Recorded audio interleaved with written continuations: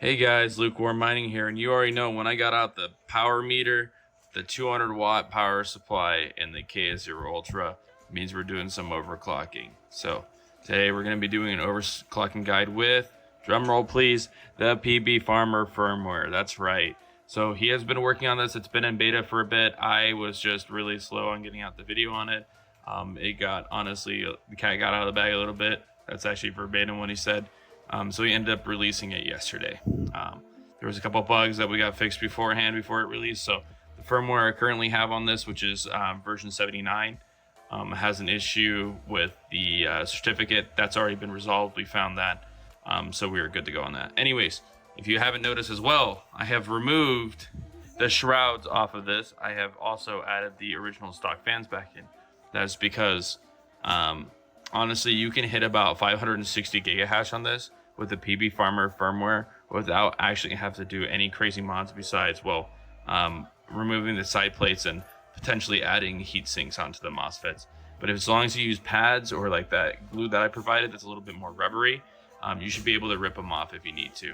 Anyways, let's get started on this one and go over the features of the software. I also forgot to add, if you're looking for the full teardown video, I'll go ahead and leave a link in the top right corner over to the other video where I actually did the teardown on this device all the way down to the chiplets and removing the board. It's a little bit sketchy. I don't recommend doing it unless you're very, very careful and really need to replace out the thermal paste. Otherwise, the only thing that really needs to be done in this is remove the side panels and possibly replace out the thermal pads that come with it from stock because they seem to be already dried out. But so far, anyone with the KS5Ls has not seen any issues with the pink thermal paste, and honestly, if it's a little bit higher quality or at least not dry, I don't think anyone's going to be really having issues with them. So Alrighty, so here we are in the firmware. Honestly, at this point, guys, I don't think I really need to cover how to do the firmware install. If you do on the stock iceriver, you can either do it with the iceriver provided monitor tool, or on the miner itself when you log into the IP address, and go ahead and upload the firmware file from PBfarmer. There is no init file or init update stuff or anything like that you have to do like on the T-Swift one.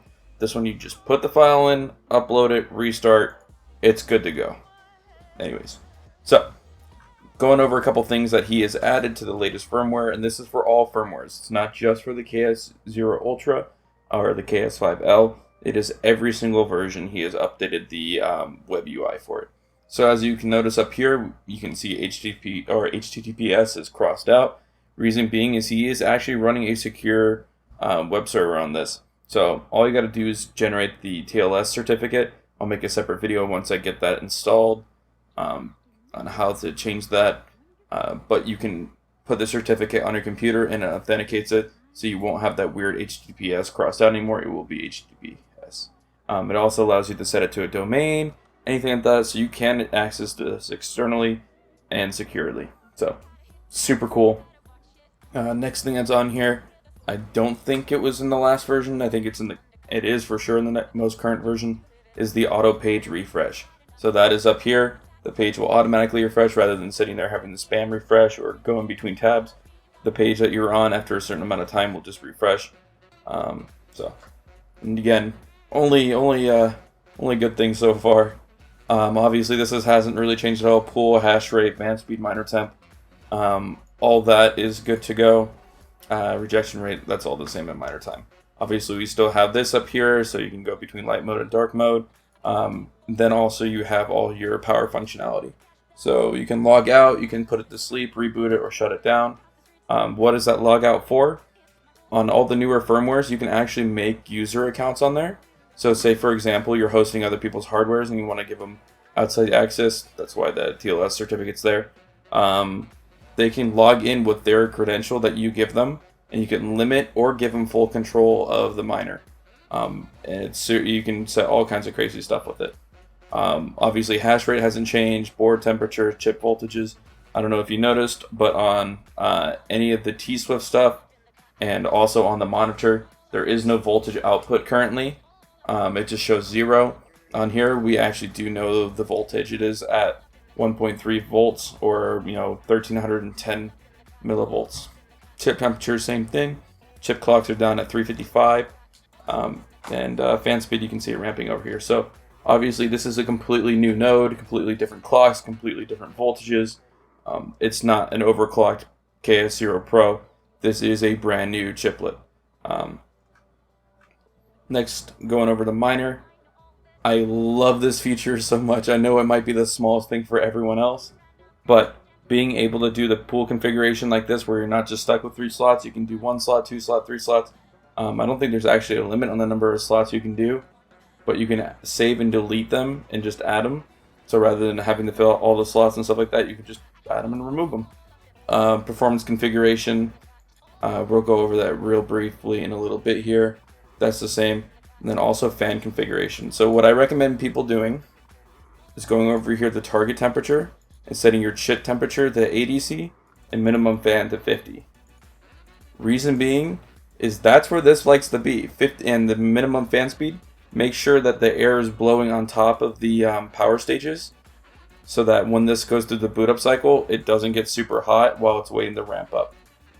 It does take a little bit for the temperatures to respond on the actual miner itself, so it's not instantaneous. If it shoots up real quick on boot up, it doesn't catch it, so setting it to 50% at least has some active cooling off the bat already on the miner. And then as you'll see when we do the overclocking for this, these things love power. It's absolutely insane. Like currently it is pulling 116, oh hold on a second. It is currently pulling 100 watts from the wall, actually exactly 100 watts from the wall. Even just bumping this up to 90 megahertz and like 32 millivolts, which is about where I'd say to start for a completely stock KS0 Ultra, it will start pulling around 130 to 140 watts. So you're definitely going to need to upgrade your stock power supplies.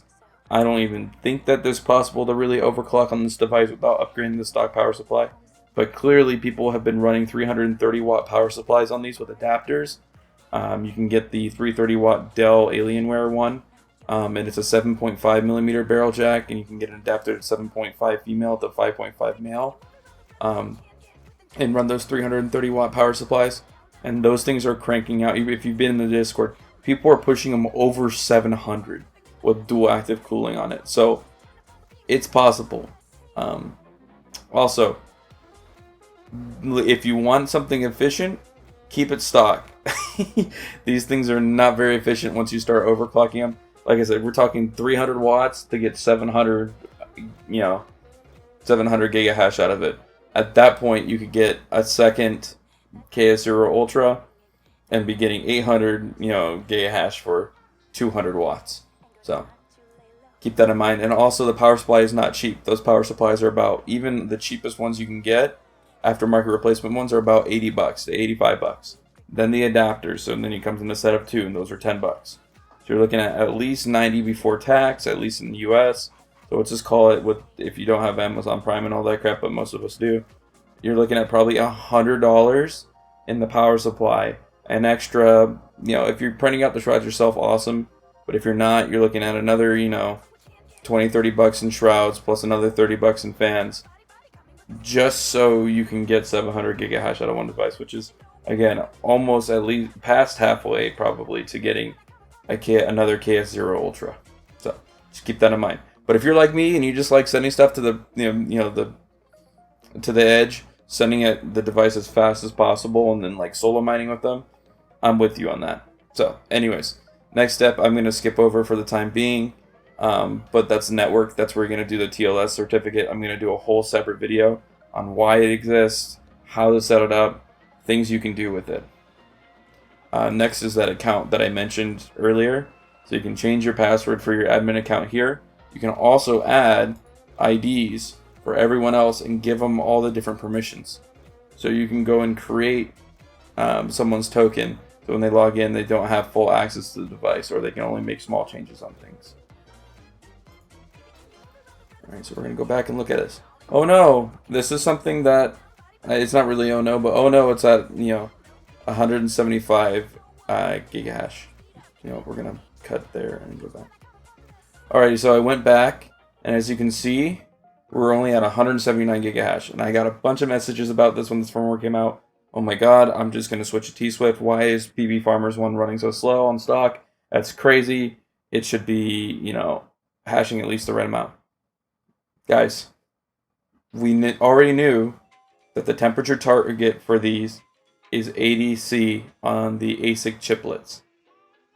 The reason why it's not hashing that fast is because, one, the fans are turned up. So it takes a little bit longer to ramp up the temperature because we want to make sure that we're keeping the board cooled so that the power stages don't get burned up. But two, that has to reach 80C. We have seen as much as anywhere from 3 to 10% drop in hash rate, going from 80C even down to 70C. So the best place to leave the chiplets at on the ASIC side is about 80 degrees Celsius, whereas we want the power stages as cool as possible. Now granted, the power stages, at least on the technical spec, is rated for 125 degrees Celsius sustained. Does that really mean that you should be running these at 125C? No. But if you're really trying to push for the cutting edge and really just trying to see how far you can push the miner, then sure, I'd say go for it. But biggest things are, I would personally keep it under 100 or at least under 110. You can go up to 125, but the longevity of your device will be, you know, up in the air. And make sure the ASIC chiplets stay as close to 80 as possible. So again, that's why I am currently not, I currently do not have the shrouds on mine. It is not necessary to actively cool this device. The only time that I saw it became, you know, required to actively cool it was when I was pushing over 600 gigahash. That I was pushing enough millivolts to actually get some heat into the power stages and get a ton of heat into the ASIC chiplets that it became a requirement to start cooling. So over 600 and like over 80 millivolts, you're definitely going to need active cooling. Anyways, so when it comes to overclocking these, like I said, we can do a quick 90 real quick, and then on mine, usually 40 sticks and gets it to go. This should push us up to 500 gigahash. These things are a little bit more sensitive, but not in the way that you would think. So they're more sensitive now to millivolts than before. They clock up faster. There's no need to ramp like in previous versions of the iceriver miners. They also will very dramatically drop off on hash rate if you don't have the right amount of millivolt offset. But what is also great is that this device no longer crashes when you don't have the right amount of power. Before, if you didn't have enough power, the device would shut down, crash, reboot, and you'd be stuck. Sometimes you get stuck in a boot loop if you crash hard enough. This one, it just stops hashing. It doesn't break anything. It just stops hashing until you push the voltage up high enough or drop the clock. Once you do that, you will watch it will shoot straight up. So, same thing with temperature. If you start actively cooling it, you could actually watch your hash rate drop within 5 minutes. And as you can see, we just hit 350 gigahash on this. I said we're ramping up right now. There we go, we're ramping. And that's the other thing I love with this one. Like I said, since we're not doing the ramp up where it's 25 at a time, you can see it shoots right up to where it needs to be. So other things that I wanted to go over with this. The intervals that the clock and the voltage is at 7, 6, 6, and 6. So you move up in those intervals. So that means you can start off with 7 millivolts, then 13, then 19, then 25. That's what the minimum is, from what I understand with PBfarmer. He will correct me, and I will add something into the video that says, "Hey, I'm an idiot and I'm wrong." But from what I understand, whatever I remember off the top of my head, that's what the numbers are for these.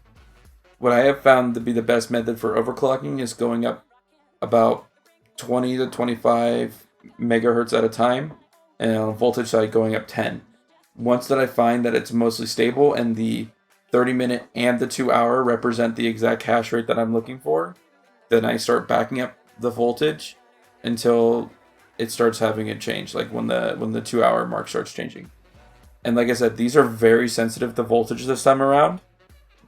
So if you drop too low, it will be very obvious when it goes from 500, 600, 700 gigahash and drops down to 100 or 200. You will know right off the bat that it is way too low. And so already at 90 megahertz and 40 millivolts, we are pulling 135 watts from the wall as it stands right now. We are slowly increasing our hash rate here. As you can see, we're starting to get there, starting to get some temperature into it. We'll come back to this in just a bit.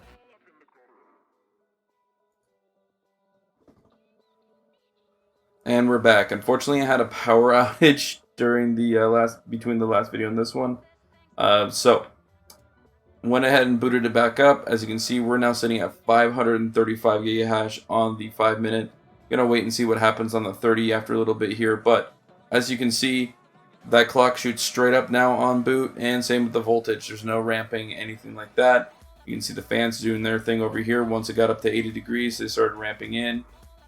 They looks like they're running at full bore right now, as it is and as it stands. And you can see the power stage temperature currently sitting around 80 right now.